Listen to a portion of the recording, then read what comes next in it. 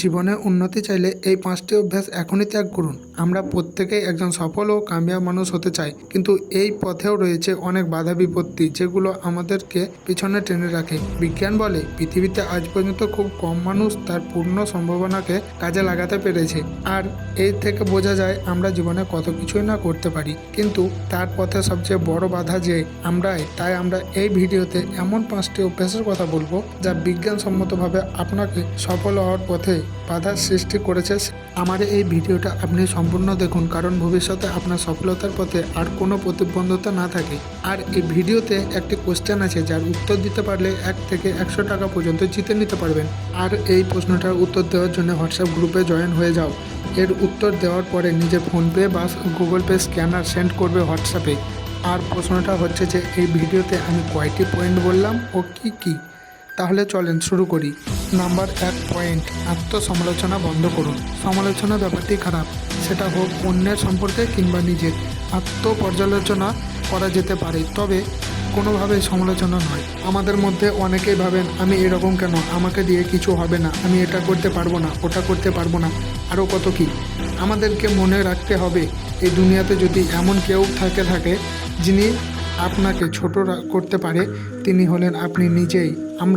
আমরা যদি নিজের আত্মসমালোচনায় মগ্ন থাকি, তাহলে এক সময় যেটা হয় তা হলো আমাদের আত্মবিশ্বাস বলে আর কিছুই অবশিষ্ট থাকে না।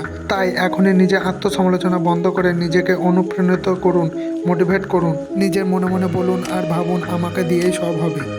আজকে এই কাজটি করব না, কালকে করব, এই চিন্তাধারা থেকে বেরিয়ে আসুন। আজ নয় কাল, এই চিন্তাধারা আপনার সফলতার ক্ষেত্রে সবচেয়ে বড় বাধা। দুনিয়াতে যদি এমন কোনো ব্যাপার থেকে থাকে যা সবচেয়ে বেশি মানুষের স্বপ্ন ভঙ্গের কারণ, তা হলো কোনো কিছু আজ করব না কাল করব এই চিন্তাধারা। যেই কাজটা কাল করবেন বলে ভেবেছেন, কাল মনে হবে পরশু করব, আর সব শেষে যেটা আর কোনোদিনই করা হবে না। তাই এই চিন্তাভাবনা থেকে বেরিয়ে আসুন। যা করতে চান তা এখনই, আজকেই শুরু করে দিন। একবার যদি শুরু করে দিতে পারেন, তাহলে আপনার মনোযোগ থাকবে শুধু সেটা শেষ করার আশায়। আর এক সময় সেই কাজটি শেষও হবে নিশ্চিত। আর যদি শেষ নাও হয়, তাহলে আপনি বাস্তব ভেবে উন্নত করতে পারবেন। তাহলে আপনি বাস্তব ভেবে উপলব্ধি করতে পারবেন এই কাজটি আপনার জন্য পারফেক্ট ছিল না। 3 নম্বর পয়েন্টটি হচ্ছে অন্যকে দোষারোপ করা। অন্যকে দোষারোপ করা বন্ধ করুন। আমাদের মধ্যে অনেকেই নিজের ব্যর্থতার জন্য অন্যকে দোষারোপ করে থাকি।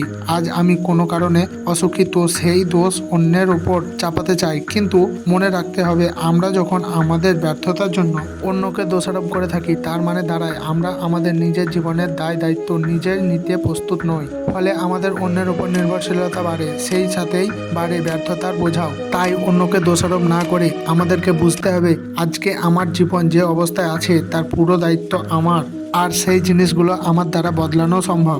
আর 4 নম্বর পয়েন্টটি হচ্ছে সমস্যা ও ভয়। সমস্যা আর ভয় দেখে লুকাবেন না। সমস্যা আমাদের প্রত্যেকের জীবনে আছে, আর সেটা আমাদের নিজ অবস্থায় থাকে। আর এই জিনিসটা অনেক বড় বিষয়, কিন্তু আমাদের মধ্যে অনেকেই তা মোকাবেলা করার পরিবর্তে সেটা থেকে পালাতে চায়।